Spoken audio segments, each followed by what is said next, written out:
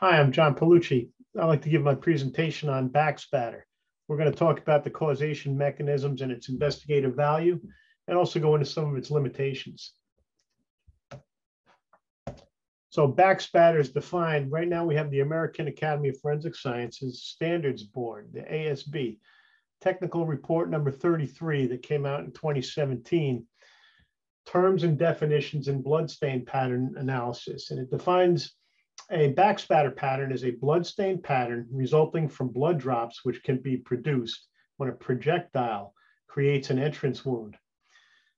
Okay, so numerous variables are associated with projectiles or bullets in flights. Variables such as mass and velocity are factors in creating backspatter. Also, bullet configuration, when we want to talk about a round nose versus a hollow point.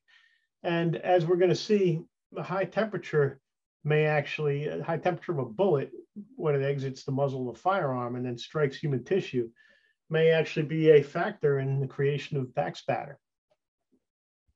So we want to talk about the purpose of this presentation, which is to demonstrate how backspatter is created, where to look for it, conditions that can mimic backspatter, and limitations defining backspatter at a shooting incident crime scene. That's our how, where, what, and why. In an article by Davidson et al., they suggest 5 mechanisms for creating backspatter. First is the elastic component, which has to do with the temporary cavity. This is actually the most popular. Many of the books you're going to read on bloodstain pattern analysis will talk about the temporary cavity. And that has to do with the elastic component of tissue where the tissue is going to expand. There's going to be a permanent cavity formed by the bullet that creates this bullet track through the tissue. And then due to that mass and velocity, which we mentioned before, we're going to have expansion of the tissue around that permanent cavity. So that tissue will expand and then contract. And the contraction is what's actually going to force the blood out of the entrance wound. Next, we have a viscous component. That's where they sort of equate human tissue with water, and being that it is composed mostly of water, it's similar to a bullet being fired into water. So if you ever fired a bullet into water, you get a small splash that comes back. And this is because as the bullet travels through the water, or we're going to say tissue for backspatter purposes, the bullet creates a vacuum as it's moving through this viscous tissue. And so the vacuum actually causes the cavity that it's creating to collapse on itself. And when it collapses, then it projects blood backwards towards the entrance hole. Next, we have the crushing component. And the crushing component has a lot to do with the creation of the permanent cavity. So the crushing, when the tissue is destroyed, as the bullet travels through the tissue, it's going to be crushing and some destruction is going to occur, and that's creating your permanent cavity.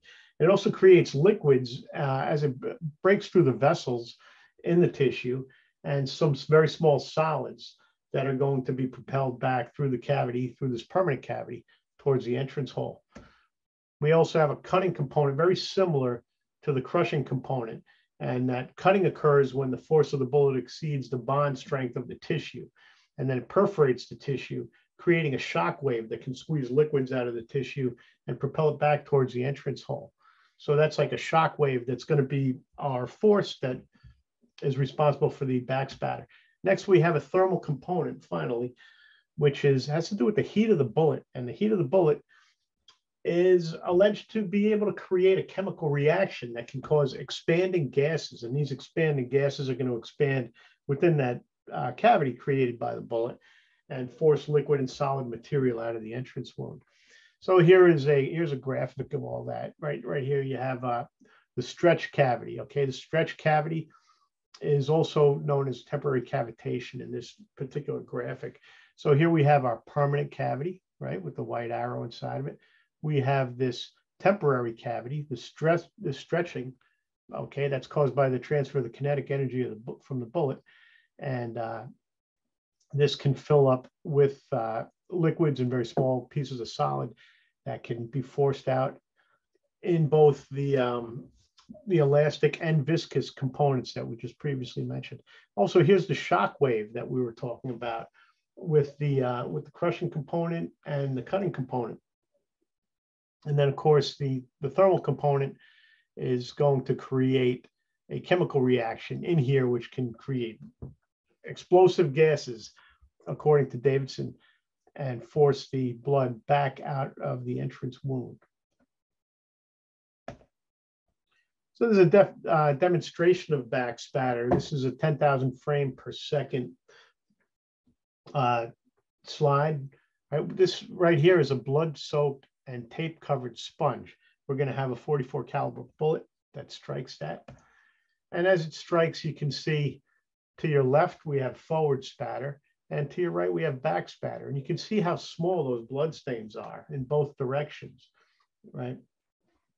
So forward spatter follows a projectile, right? And it's going to the left, and the backspatter goes to the right.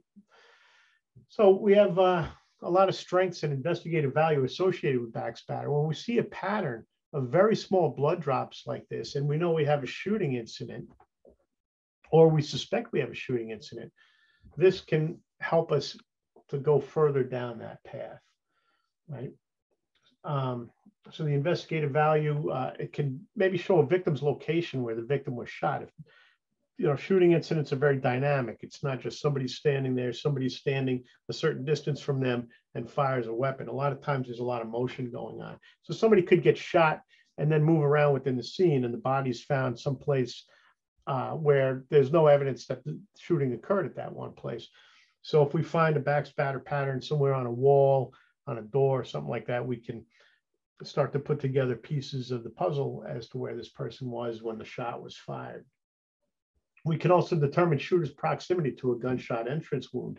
If that person was very close, say this is a contact wound, or if they're very close enough to get the backspatter on the firearm or on their clothing or on their hands, something like that, the backspatter within the crime scene and investigation of our suspects can be very helpful to identify a shooter.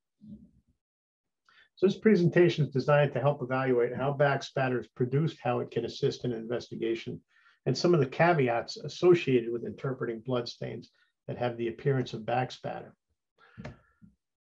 Let's talk about limitations to backspatter. So quite often backspatter is not found at crime scenes. There's a couple reasons why. It's not always present on the hands. There was a study by Dr. Vincent DeMaio of 103 instances where there were contact head wounds from suicide. So these are confirmed suicides, contact head wounds. So if it's confirmed suicide, we know who the shooter is.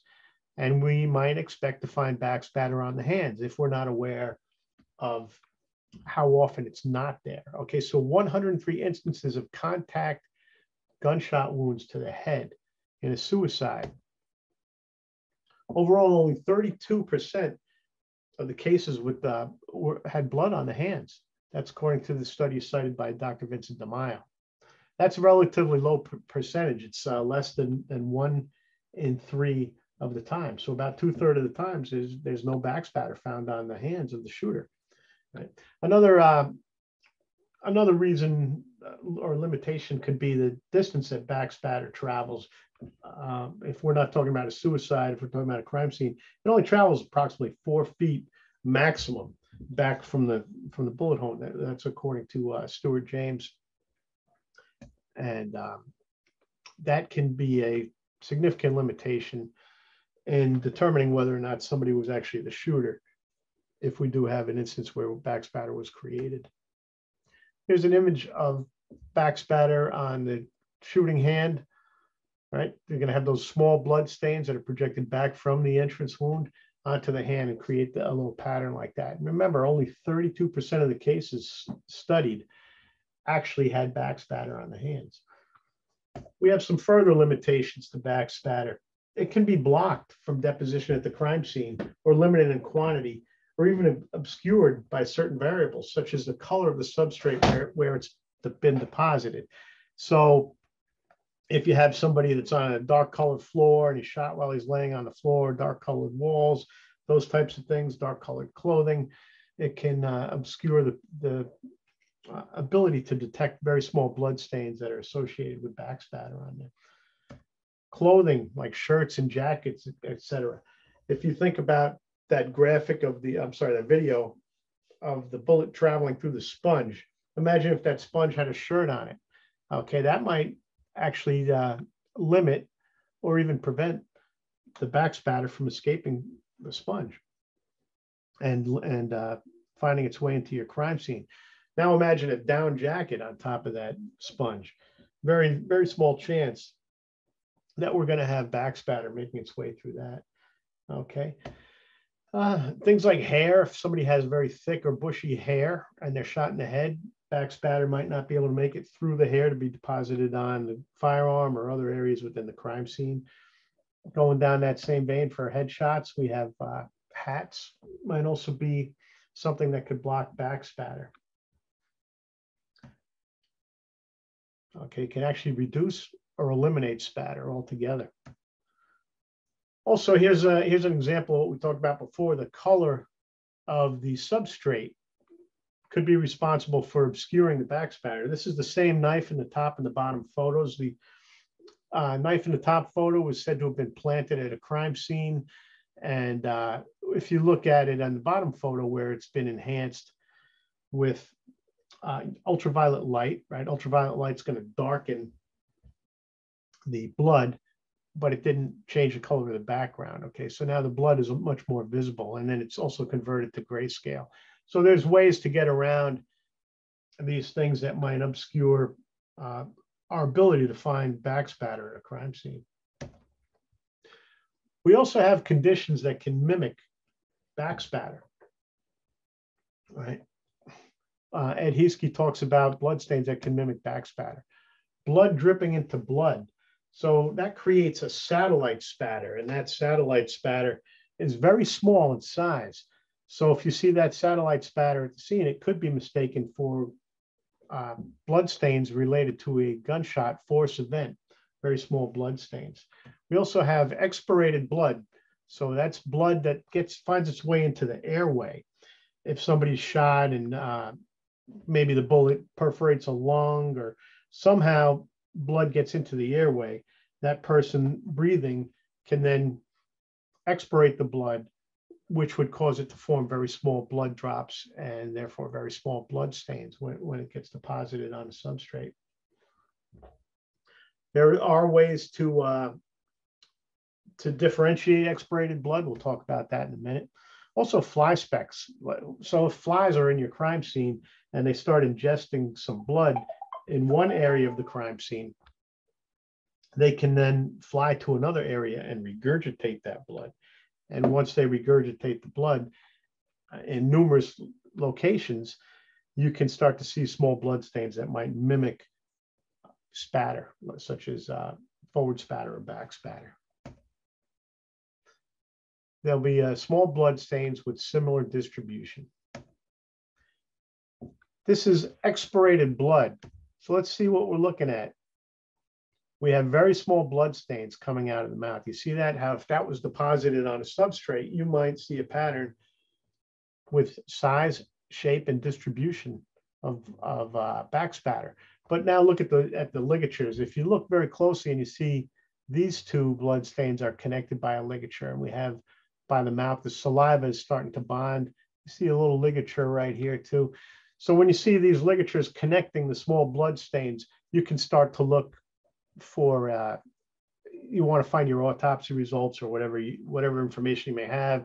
Maybe somebody at the hospital can tell you that there is blood in this person's, in your victim's airway, and that could be causing it. Also, if you look right here, there's a very small air bubble. We call those vacuoles, right? So we have air bubbles and these ligatures, which can give us information to help us differentiate expirated blood from backspatter. So how now does backspatter inform policy? Well, we got a couple sections that might be affected by it. Our firearms analysis section, our hair and fiber and trace section, our DNA analysis section. And how does it do that? Well, the firearms analysis section they're going to want to check the exterior and the interior of the firearm for blood. Okay, so now if a firearms analysis section just gets a firearm and goes and cleans it up for an operability test and then fires a test fire into the tank, we're now destroying potential evidence. If there's blood inside the barrel from the backspatter, right? As soon as you fire the gun, you can be destroying that evidence. If you perform an operability test, you could be wiping the backspatter off of the firearm. So these things have to be checked because of the phenomenon of backspatter. Hair, fiber, and trace. Certain contact wounds along with the blood, we can have hair flowing backwards towards the firearm into the barrel of the firearm.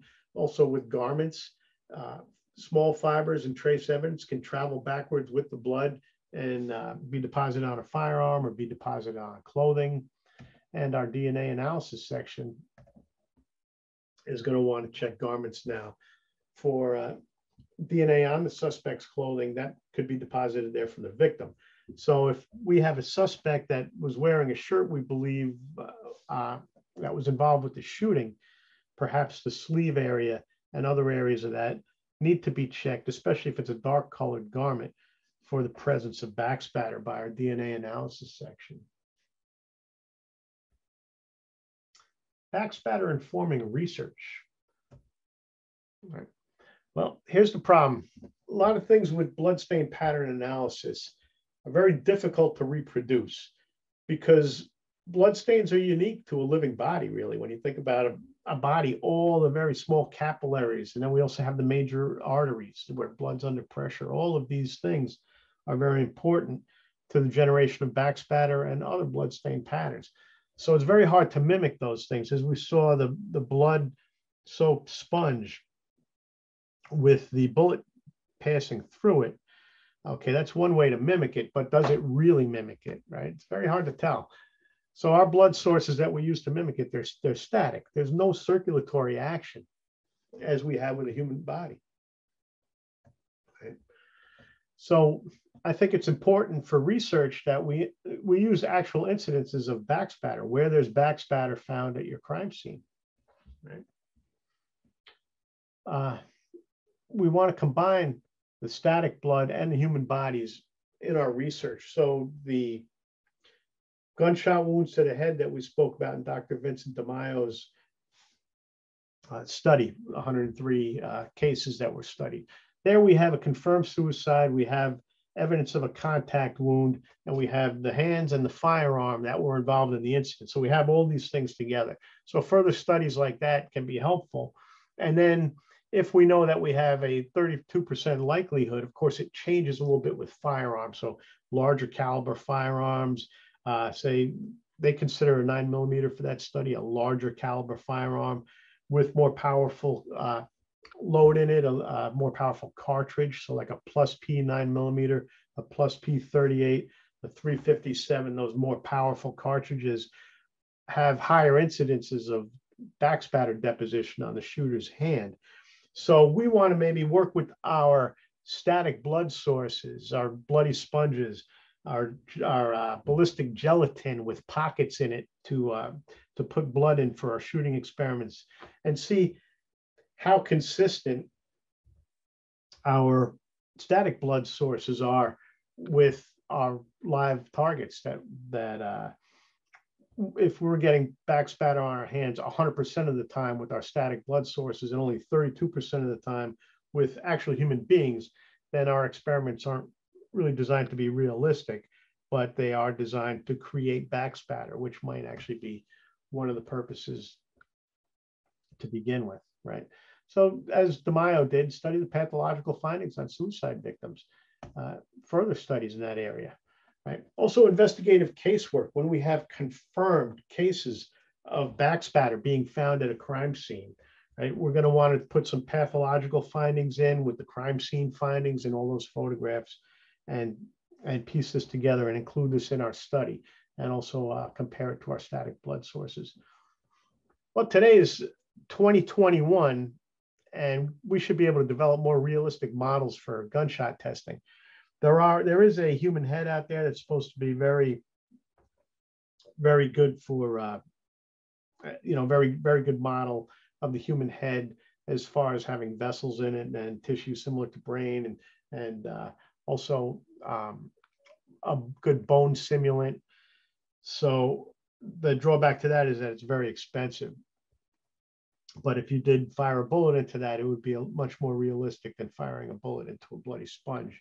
And you'd actually get some tissue coming back in your backspatter, and you get to study it a little more closely.